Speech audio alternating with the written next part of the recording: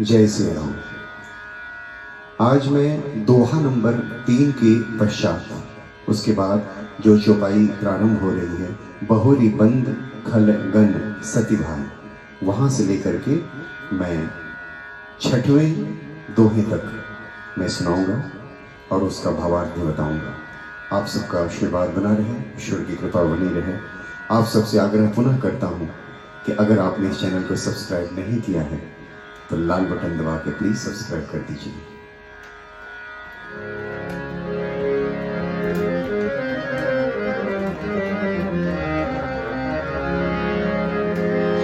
बहुरी बंदी खल गन सती भाई, जे बिनु काज दाहिन हो बाए, परहित हानि लाभ जिन के, उजरे हर्ष विषाद बसे रे। हरिहर जस राकेश राहु के, पर अकाज भट सहस बाहु से, जय पर दोष लखही सह साखी, परहित घृत जिनके मन माखी, तेज कृसानो दोष महिषेसा, अघ अवगुण धन धने धनेसा, उदय केत समहित सबही के, कुंभकर्ण सम सोवत नीके, पर अकाज लग तनु परि हरहि, जिलिम उपल कृषि दलि गरहि, बंदव खल जस शेष सरोषा, सहस बदन बरनई पर दोषा।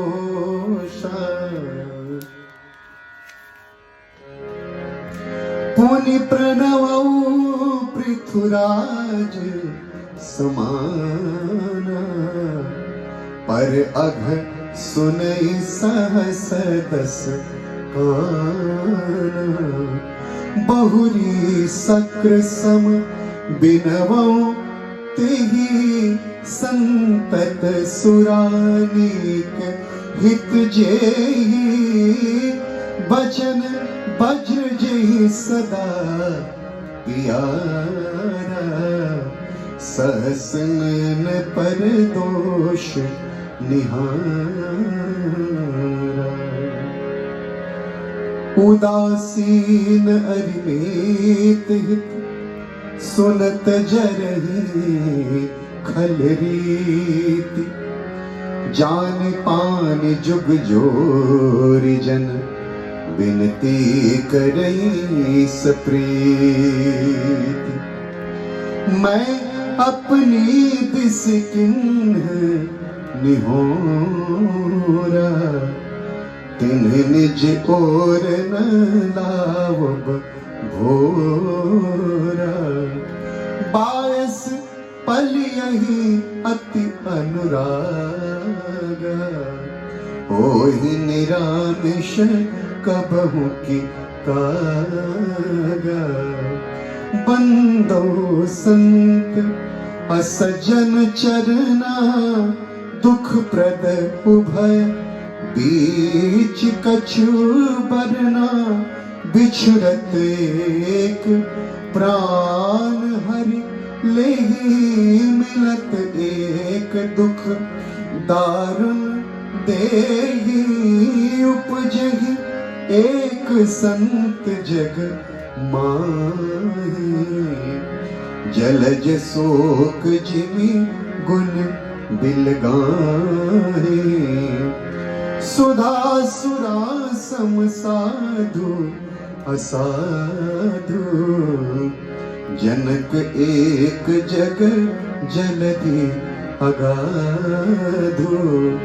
भल अनभल निज निज करतूती, लहत सुजस अप लोक विभूति।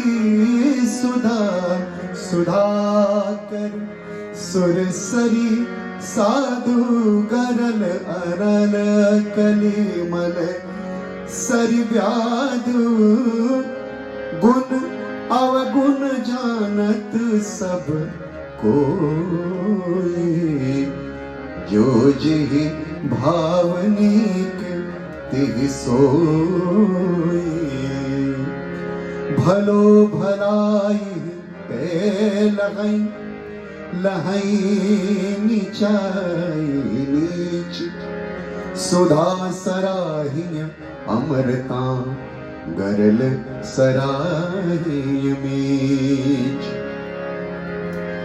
खल अघ अगुण साधु गुण गाहा, उभय अपार उतधि अवगाहा।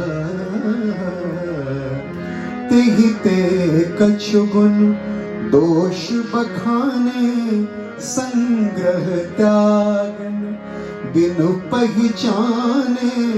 भल वो पोच सब विधि उपजाए, गनि गुण दोष वेद बिलगाए।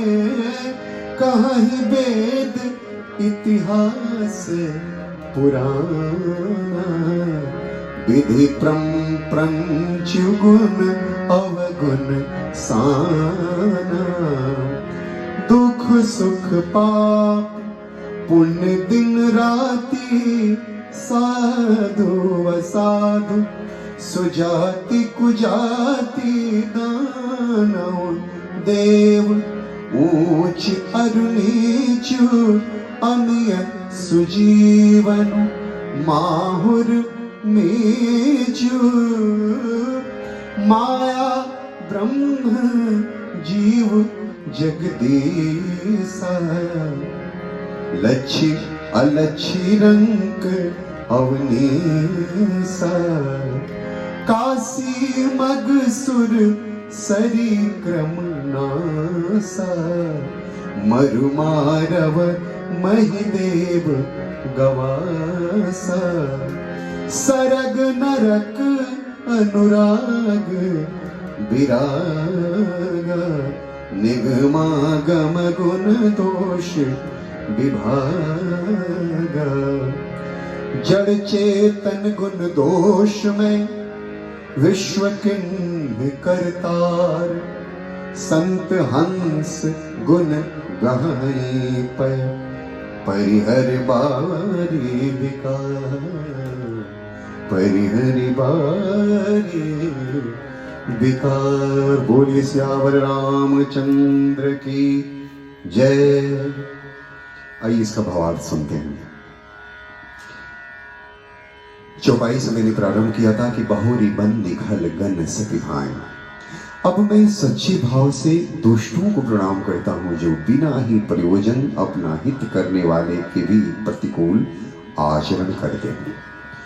दूसरों के हित की हानि के जितने दृष्टि में लाभ है, जिनको दूसरों के उजड़ने में हर्ष और बसने में विषाद होता है, जो हरि और हर के यश रूपी पूर्णिमा के चंद्रमा के लिए राहु के समान है। अर्थात जहां कहीं भगवान विष्णु या शंकर के यश का वर्णन होता है, उसी में वे बाधा देते हैं और दूसरों की बुराई करने में सहस्त्र बाहु के समान वीर होते हैं, जो दूसरों के दोषों को हजार आंखों से देखते हैं और दूसरों के हित रूपी धी के लिए जिनका मन मक्खी के समान है। अर्थात जिस प्रकार मक्खी घी में गिर करके उसे खराब कर देती है और स्वयं ही मर जाती है, उसी प्रकार दुष्ट लोग दूसरों के बने बनाए काम को अपनी हानि करके भी बिगाड़ देते हैं। ये स्वभाव है। तेज किसान जो तेज दूसरों को जलाने वाले ताप और अग्नि और क्रोध में यमराज के समान है, पाप और अवगुण रूपी धन में कुबेर के समान है, जिनकी बढ़ती सभी के हित का नाश करने के लिए के पुच्छल तारे के समान है, और जिनके कुंभकर्ण की तरह सोते रहने में ही भलाई है। जैसे ओले खेती का नाश करके आप भी गल जाते हैं, वैसे ही वे दूसरों का काम बिगाड़ने के लिए अपना शरीर तक छोड़ देते हैं। मैं दुष्टों को हजार मुख वाले शेष जी के समान समझकर प्रणाम करता हूँ, जो पराये दोषों का हजार मुखों से बड़े दोष के साथ वर्णन करते हैं। पुनः उनको राजा पृथ्वी, जिन्होंने भगवान का यश सुनने के लिए 10,000 कान मांगे थे, कि समान जानकर प्रणाम करता हूँ, जो 10,000 कानों से दूसरों के पापों को सुनते हैं। फिर इंद्र के समान मारकर उनकी विनय करता हूँ, जिनको सुरा मदिरा नेकी और हितकारी मालूम होती है। इंद्र के लिए भी सुरानेक अर्थात देवताओं की सेना हितकारी है। भजन वज्र जेहि, जिनको कठोर वचन रूपी वज्र सदा प्यारा लगता है, और जो 1000 आंखों से दूसरों के दोषों को देखते हैं। दुष्टों की यह रीति है कि वे उदासीन शत्रु अथवा मित्र किसी का भी हित सुनकर जलते हैं। यह जानकर दोनों हाथ जोड़कर यह जन प्रेम पूर्वक उनसे विनय करता है। मैं अपनी ओर से विनती की है, परंतु वे अपनी ओर से कभी नहीं झुकेंगे। कौवों को बड़े प्रेम से पालिए, परंतु वे क्या कभी मांस के त्यागी हो सकते हैं? कभी नहीं। अब मैं संत और असंत दोष दोनों के चरणों की वंदना करता हूं। दोनों ही दुख देने वाले हैं, परंतु उनमें कुछ अंतर कहा गया है। वह अंतर यह है, एक संत जो बिछुड़ते समय प्राण हर लेते हैं, और दूसरे असंत मिलते हैं जो दारुण दुख देते हैं। अर्थात संतों का बिछुड़ना मरने के समान दुखदायी होता है, और असंतों का मिलना, दोनों संत और असंत जगत में एक साथ पैदा होते हैं। एक साथ पैदा होने वाले कमल और जोंक की तरह उनके गुण अलग अलग होते हैं। कमल दर्शन और स्पर्श से सुख देता है, किंतु जोंक शरीर का स्पर्श पाते ही रक्त चूसने लगता है। साधु अमृत के समान मृत रूपी संसार से उबारने वाला, और असाध मंदिरा के समान मोह प्रसाद और जड़ता उत्पन्न करने वाला है। दोनों को उत्पन्न करने वाला जगत रूपी अगाध समुद्र एक ही है। शास्त्रों में समुद्र मंथन से ही अमृत और मदिरा दोनों की उत्पत्ति बताई गई है। भले और बुरे अपनी अपने करने के अनुसार सुंदर यश और अपयश की संपत्ति पाते हैं। अमृत चंद्रमा, गंगा जी और साथ एक विष अग्नि कलयुग के पापों की नदी अर्थात कर्म नाशा और हिंसा करने वाला व्याध, इनके गुण अवगुण सब कोई जानते हैं, किंतु जिसे जो भाता है उसे वही अच्छा लगता है। दोहा नंबर 5, भलो भलाई ही पैलहि, भला भलाई ही ग्रहण करता है, और नीच नीचता को ही ग्रहण किए जा रहता है। अमृत की सराहना अमर करने में होती है, और विष की मारने में। दुष्टों के पापों और अवगुणों की ओर साधुओं के गुणों की कथाएं दोनों ही अपार अथाह समुद्र है। इसी से कुछ गुण और दोषों का वर्णन किया गया है, क्योंकि बिना पहचाने उनका ग्रहण या त्याग नहीं हो सकता। भले बुरे सभी ब्रह्मा के पैदा किए हुए हैं, पर गुण और दोषों को विचार कर वेदों ने उनको अलग अलग कर दी।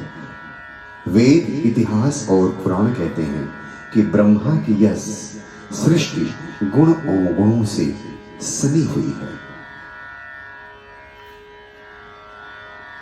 माया ब्रह्म जीव जगदीसा, दुख सुख पाप पुण्य दिन रात साध असाध, सुजात कुजात दानव देवता ऊंच नीच अमृत विश्व, सुजीवन सुंदर जीवन मृत्यु, माया ब्रह्मा जीव ईश्वर संपत दरिद्रता रंक राजा, काशी मगध गंगा कर्मनाशा, मारवाड़ मालवा ब्राह्मण कसाई, स्वर्ग नरक अनुराग वैराग्य की सभी पदार्थ ब्रह्मा की सृष्टि है। वेद शास्त्रों ने उनके गुण दोषों का विभाग कर दिया और अंत में दोहा का अर्थ, जड़ चेतन गुण दोष में विश्व किन्ह करता।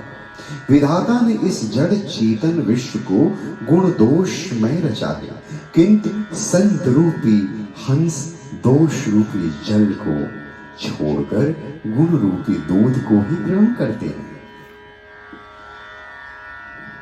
भगवत प्रेमियों, आपने सुना आज दोहा नंबर 3 के बाद जो चौपाई प्रारंभ होती है वहां से लेकर के दोहा नंबर 6 तक। अगले अध्याय में मेरी कोशिश होगी कि एक दोहा से एक दोहा तक चलूं, जैसे 7वें की चौपाई से लेकर के 6वें से लेकर के और 7वें तक के बीच में मैं आपको पहले गाऊंगा और तुरंत अर्थ बताऊंगा।